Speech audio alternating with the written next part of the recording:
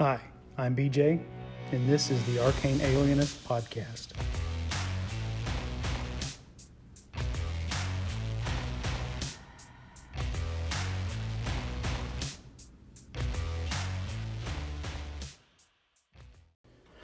Hi, everybody.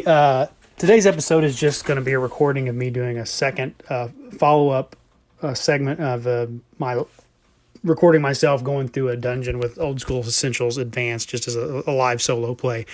So it's not a real long episode, but that's all the content. I don't have any calls or unboxings or recaps of anything else. That's what I've got on tap for this episode.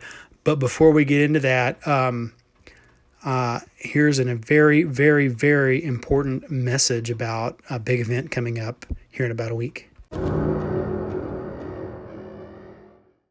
We've heard all the solo podcasts and we know the names of the legendary anchorites, but now the Hydra of Discord, the polyphony of podcasting quarrels, all joined together into a single podcast, Cerebrivore, a bi-weekly show where a rotating group of podcasters discuss a variety of tabletop role-playing topics. Cerebrivore, it'll devour your mind. Coming soon to podcatchers everywhere.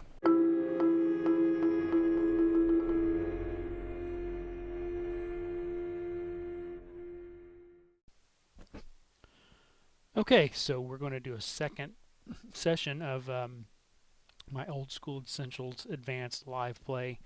Just to recap what happened last time, I've got 5 party members. I've got a human paladin, Vanya, a dwarven cleric, Erland, a half-elven magic user, Predrag, Sabina, who is a human bard, and Argrir, who is a gnome, multi-classed thief warden. And the warden is a spellless, non-magical ranger from some of the Old School Advanced rules. And one of the Carcass Crawler zine for Old School Advanced comes from from the first issue of that. Not issue number 1, issue 0. And I think it probably will wind up being released in a future Carcass Crawler that goes out for everybody to be able to obtain. Issue 0 was a special issue for some early backers.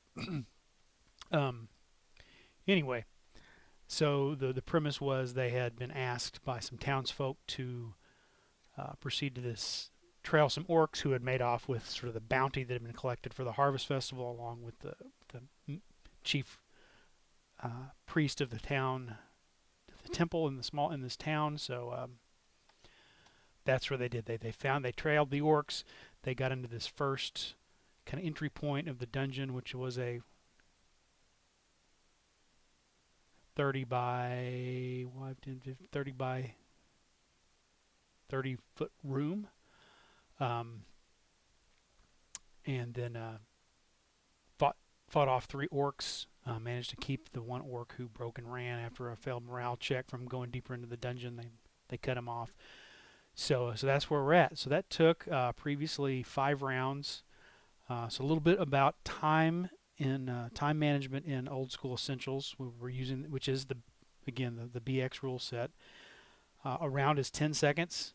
I believe that's a unique feature to the BX rules, because I think we were at 6 seconds in more modern D&D games, and I think in AD&D a round was a full minute. So a 10-second round is I can't remember if original D&D or the Holmes Basic used that, but for BX and I think BECMI also, we've got 10-second rounds. So a round is 10 seconds of game time, and there are a turn, but on the other hand is 10 minutes of game time. So there are 60 rounds in a turn.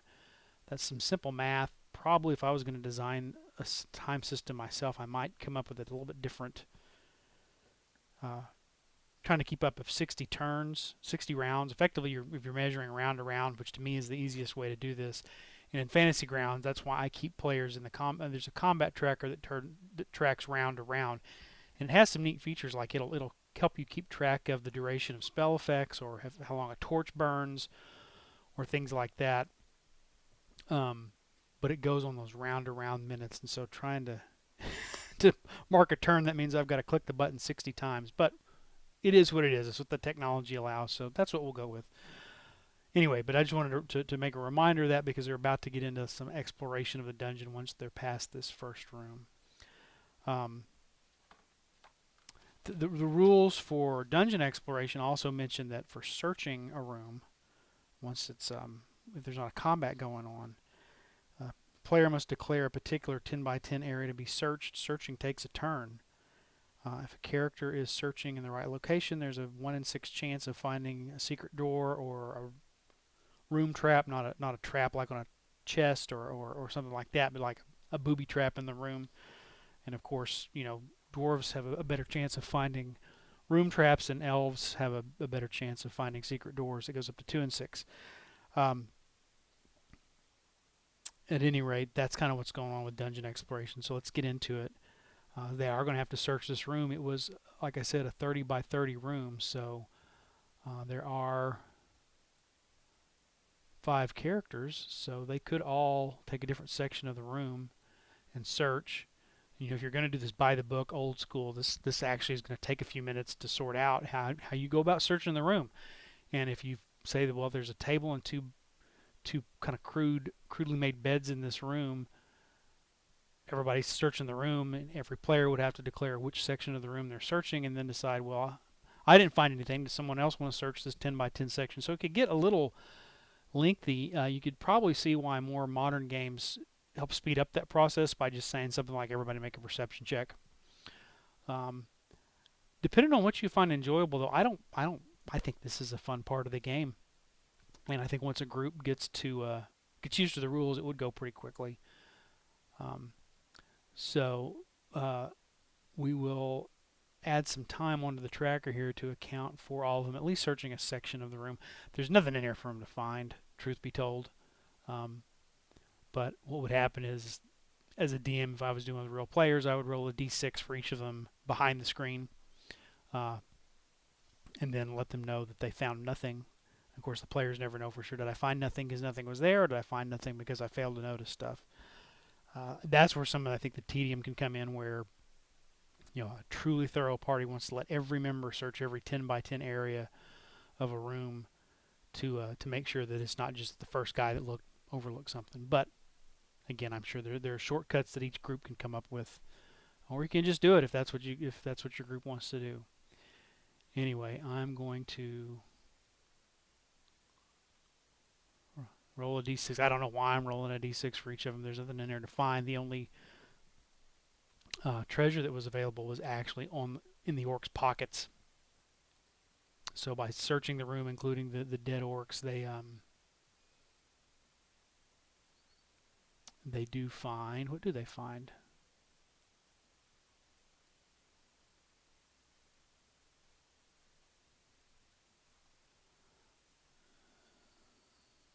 Okay, they can find some stuff in here. There's amongst them, the orcs have 15 gold pieces. That's just from going through their pockets.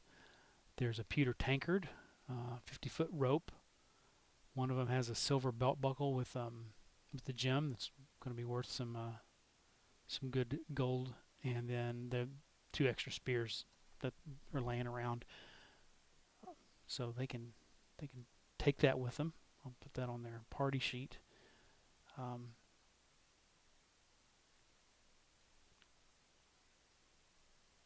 Oh yeah, I'm sorry. There were 8 silver pieces amongst the pockets, and then some gold pieces in a sack on the table. Should read the room before I start describing it to you guys, huh?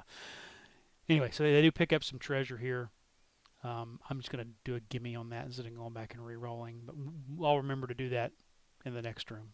So part of why I'm doing this is to help myself get familiar with these rules a little better. All right. So they're going to leave this room behind. There is no... The room has a torch lit, but the hallways outside are not lit. Recall that Predrag, the magic user, is carrying a lantern. I do need to add the turn that they spent searching that room to get that treasure, though, don't I? Give me a second while I click the button repeatedly to represent that 60 rounds have passed. If I just hand enter it, it doesn't do quite the same. maybe I should send a message to the programmer, the guy who maintains this rule set in Fantasy Grounds, and say we need a way to advance the combat tracker by one turn, not just one round. But as I can see, as I've done that, because I have done that, I can see that in the combat tracker in Fantasy Grounds, Predrag has his lantern, and it's reduced by each click one round worth of the oil in it. So it is keeping track of when that lantern should go out if he doesn't add more oil to it. Okay, so Agrir is going to, the gnome, who's kind of the party scout. He's going to go ahead and move out into the dungeon, and he is going to attempt to do so moving silently. So let's see if it works for him.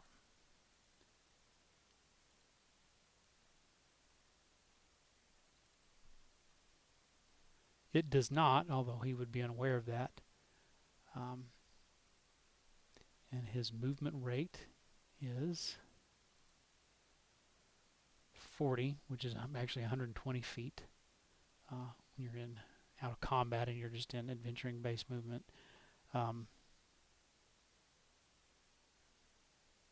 Movement for dungeon adventuring is when exploring unknown areas of the dungeon, characters move their base movement rate in feet per turn to account for the fact that they are being careful.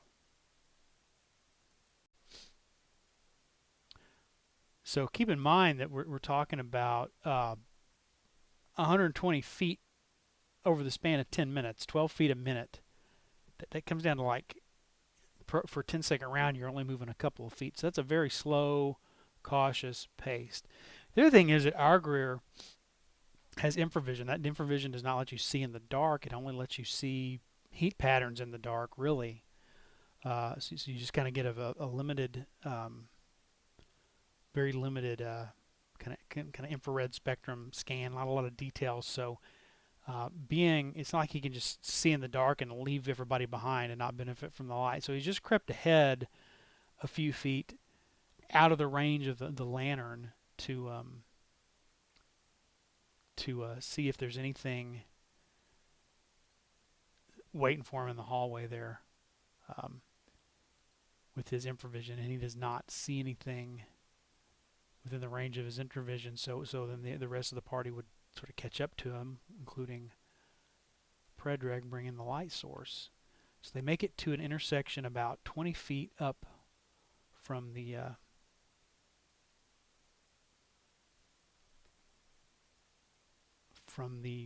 door. So that's going to take them 10 rounds for the whole party to do this kind of movement because of the thing. But they've got it. They're here in an intersection. They can keep going straight ahead down a long hallway. To the right, there's a doorway that is closed. And then to the left is another long hallway that just kind of vanishes into the darkness. So we're going to have Agrir come up and listen at the door. So that would take, another round would pass with him doing that, while the party waits to see what happens.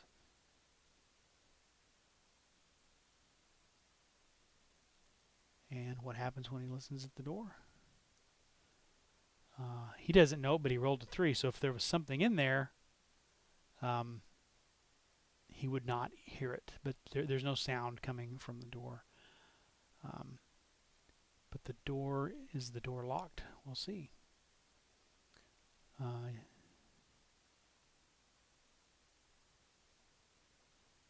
Okay. Yes, so the door is not locked. The door looks fairly clean and cared for, like there maybe has been in use. It's not an old, rotten door from the distant past. It's a looks like a well-maintained room maybe on the other side. We'll see what happens. Well, Agrir is not going to go first. So he's going to step back and he's going to let Vanya the Paladin go first. So again, we'll say another round passes as the party arranges itself Vanya opens the door to the room itself is not lit, but there's some light shining from the torch, so she can't see the entire room just yet. So she will march. She will step into the doorway, and I think we need to roll for surprise because something's about to happen. So the party rolls a 5. They are not surprised, and the thing that is in the room rolls a 6. It is also not surprised because presumably it heard the door opening, because what's in here is a kobold. So let's get the kobold ready to go. Okay, so now we roll initiative.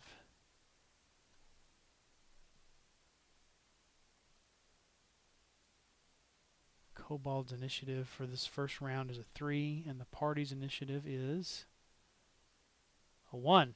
So the kobold gets to go first.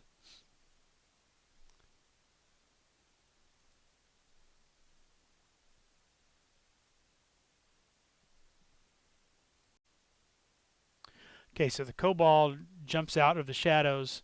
He's got a dagger. He's going to lash out at Vanya with his dagger.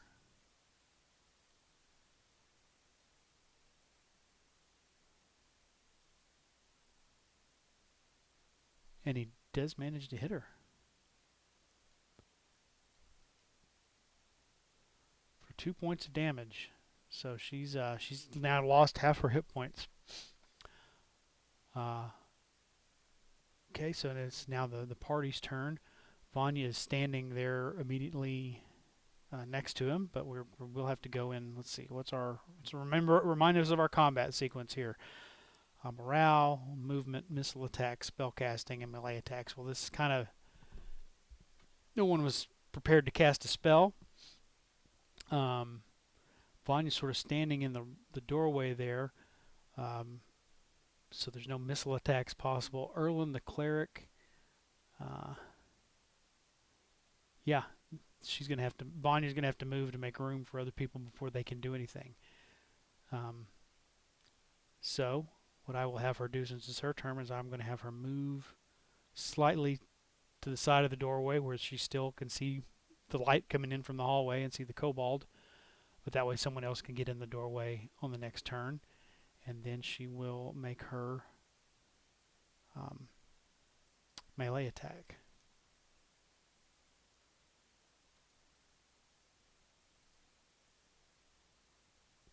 With her sword. She misses the kobold. Okay. So we're back to rolling initiative. So another round has passed. The kobold's initiative is a 6. Oh, I guess we should probably have people declare actions, should we not? Vanya will stand and fight. Erlen the cleric will move into the room and try to assist her by also kind of moving into the side to let looks like Agrir is out here in the hall, could probably get a clear shot in without shooting at anybody, so that's going to be their plan. Agrir will stay put and use his bow. The other 2 party members are kind of in the back and can't really do anything at this point. They'll probably, Sabina and Predrig will probably just move forward. Sabina, so she can get a chance to help when the time's available, and Predrig to make sure that more light is being shown into the room. So that's how we'll do this. Okay, so the kobold's initiative was a 6. The party's initiative is also a 6, so they are tied. So everybody will take action, and the results will resolve at the end of the round. Okay, so the kobold, let's get him out of the way. Hopefully he doesn't kill Vanya. He misses. He rolled a 14. He misses, so hopefully the rest of the party can put him down before anything else happens. So we're going to go to movement. Like I said, the cleric, Erlen, the dwarf, is going to move into the room and keep moving enough that there's still a clear line of fire from anybody in the hall that wants to shoot with their bow. Predrag was going to slip up and be able to shine more light in, but he's not standing exactly in the doorway. Then Agra is going to move into the doorway. Missile attack, which would be Agrir. And here's something I would like to... How would most people rule? Because what I've got here is Agrir standing in the doorway. He's got a bow. But then we've got Sabina, who is a human, standing behind him, also with a short bow. Is a gnome... At what point is an ally short enough that you can stand behind them and shoot without them obscuring your shot? And when you're talking about a human, I mean, is a dwarf short enough that you can shoot past him? How about a halfling or a gnome? I'm going to say she can't shoot past him here, but I would be interested to hear what other people have to think about that particular rule. Anyway, Agrir is going to take his shot with his bow. He hits the kobold. And he kills the kobold. Okay. So, that's that. Kobold's dead. Okay. So there we had another round of combat pass. And everybody's going to move in here and search through this room. Okay. This room is 20 by 20. Again, let's look at the room description.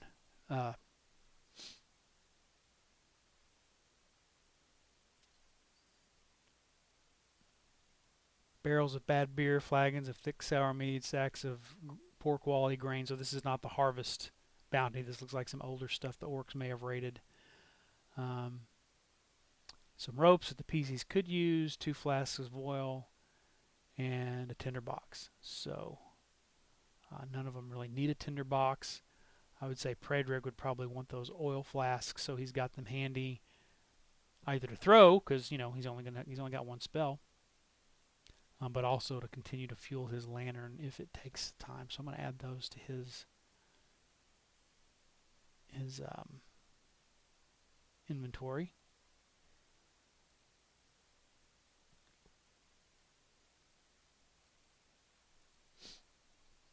And a turn will pass while they are searching this room.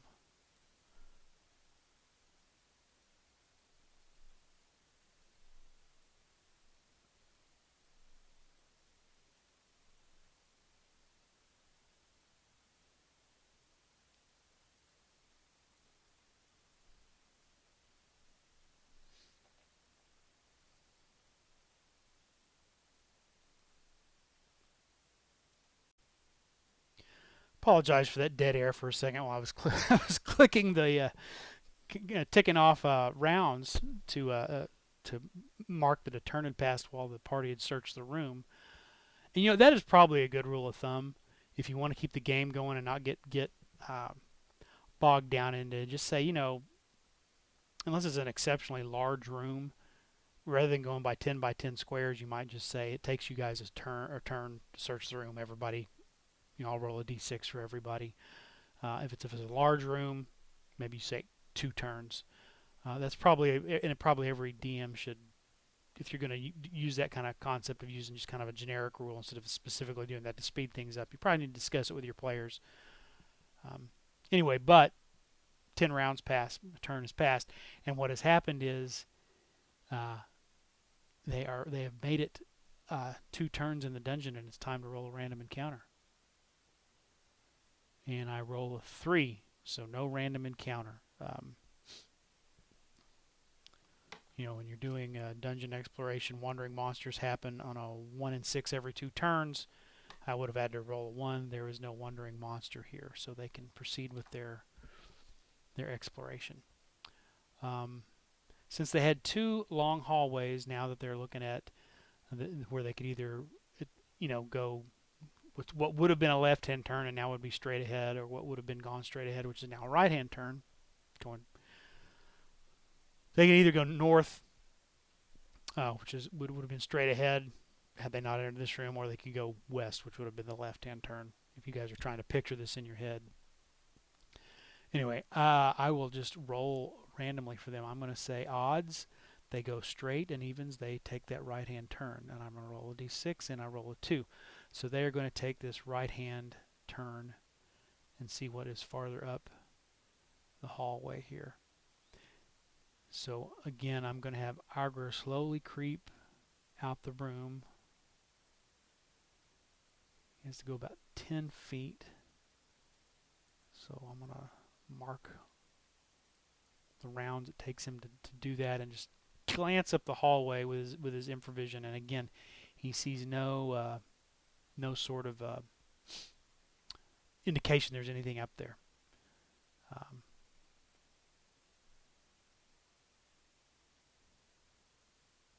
So we'll get back in kind of our previous marching order for them to go up this hallway, again very slowly, where we've got kind of Vanya in the front because of her armor. They can go two by two here, so I'm going to put Erlen next to him. We're going to put Predrig in the middle to hold that lantern, and then since Augur's not scouting ahead, he and Sabina will bring up the rear. They've got to move 5, 10, 15, 20, 25 feet up here, which they will discover as they move forward. They're going to find another intersection.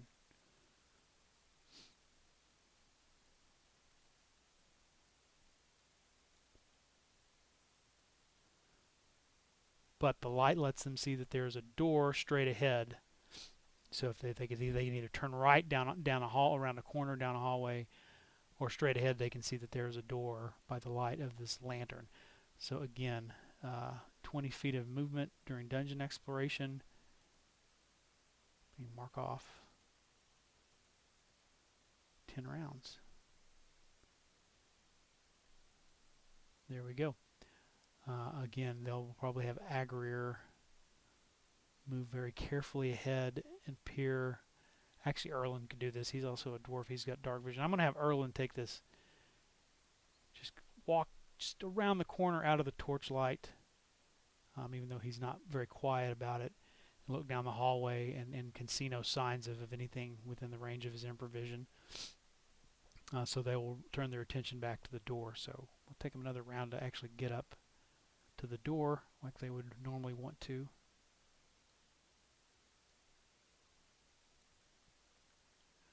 And they will have their thief listen at the door once again. And what does he hear? He rolls a 4, which means whatever's going on in there, if anything, he's not going to hear it at all. Okay, the party doesn't know what's on this other side of the door, but I do. And it's a large group of orcs, so we may want to stop here instead of getting into another combat encounter, just again to keep these episodes short. So we'll stop there, and we will see how they fare against these orcs as they open the door. So I'm going ahead and rearrange things on the map and the formation that they would normally use to open a door and see what's inside. And I've checked off another round of combat, or not another round, another round in my combat tracker. Which, if the Fantasy Grounds, they call it the combat tracker, and it's used primarily in combat, but it's really a timekeeper, and you can use it to, like I said, if you keep them in a marching order, regardless of what initial order, keep them in a marching order and then have them go through, what they're doing round to round. You can continue to keep track of time outside of combat as well as in combat, so that triggers for wandering monsters, torches burning out, lanterns running out of oil, spell effects that have a time on them expiring. You can calculate that in segments of here in 10 seconds, but if you're doing it in it works in D&D 5e and Pathfinder and other things that you can use in Fantasy Grounds.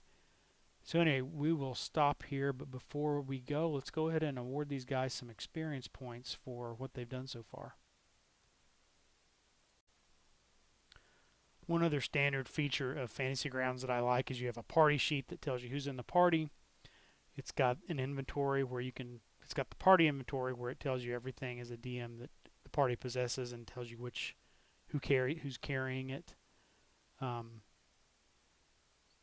But it also has a place where you can just drop the parcels of treasure they found, and then if you want to, you can even liquidate it into for its gold piece value, and it'll do that for you. And you can set the percentage at 150%, 60%, wherever you want to do it.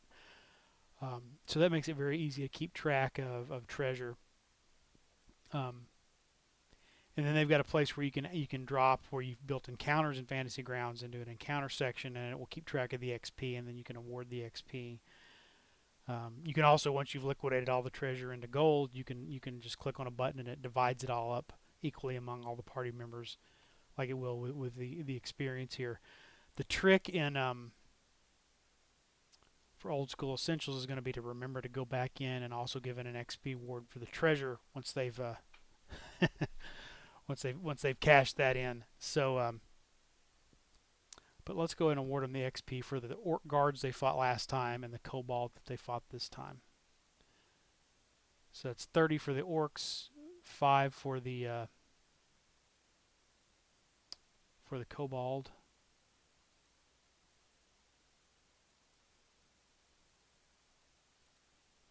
So divide that by 5.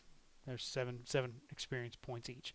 The other thing it does is when I click award, it puts a little tick box next to the line for the encounter, so that I know that experience has already been awarded, but it doesn't really erase it, so I know what they've encountered if I want to go back and look for it. And then, of course, at the end of the adventure, I can clear all this out and reset it. So if you are a Fantasy Grounds user, I'm using Fantasy Grounds Unity. But I've been using Fantasy Grounds for years now. One of the other really cool things about Fantasy Grounds Unity with this rule set, I'm gonna, you know what, rather than look it up right here and continue to add moments to the episode, I will just put a link to the YouTube channel of the guy who is developing Old School Essentials rule sets for Fantasy Grounds. The core rule set is free, but that just gives you the mechanics of how it works. You would have to hand enter all the monsters and the classes and everything. You can pay to get the contents of basically all the classes and races and things like that, and that includes Old School Classic and Old School Advanced. It doesn't include all the Carcass Crawler stuff, but you can buy the content of Carcass Crawler #1 as an add-on for relatively cheap, particularly compared to what you're paying for Pathfinder or 5e or other rule sets. And I think as soon as Carcass Crawler 2 becomes widely available for purchase through Necrotic Gnome, they'll up that in here. He's working hand in hand with Gavin Norman and the people at Necrotic Gnome to do this rule set for Fantasy Grounds, kind of in step with them and with their permission, and you know, sounds to me by his commentary on the things, they're friends, colleagues. So anyway, I will put a link on that in the show description for anybody who's interested in looking at the Fantasy Grounds options for this. And again, you know, if you like BX, even if you want to run a game in BX, just buy this, and it has has all the stuff, and you can probably run it out of your old Mulvey and Cook manuals, but you at least have a virtual tabletop version that's kind of native built and has all the bells and whistles that comes with Fantasy Grounds. That is, if you use Fantasy Grounds or are interested in using in Fantasy Grounds. I know it's a big upfront investment for some people, but I found it pays for itself if you continue to use it. Not getting paid for Fantasy Grounds, it's just a product I like, and I'm happy to share tips with people for that. Anyway, I've rambled on long enough. I'm gonna wrap up this episode, and thanks for listening. I hope this continues to be useful. I mean, it's useful for me just to get my head around some of these finer points of these rules that trying to do it at the table the first time you've got to look it up when you got players waiting on you is a little daunting. So walking through this as a demo for myself as much as anybody else is kind of what I'm doing here. All right, that's it. Thanks.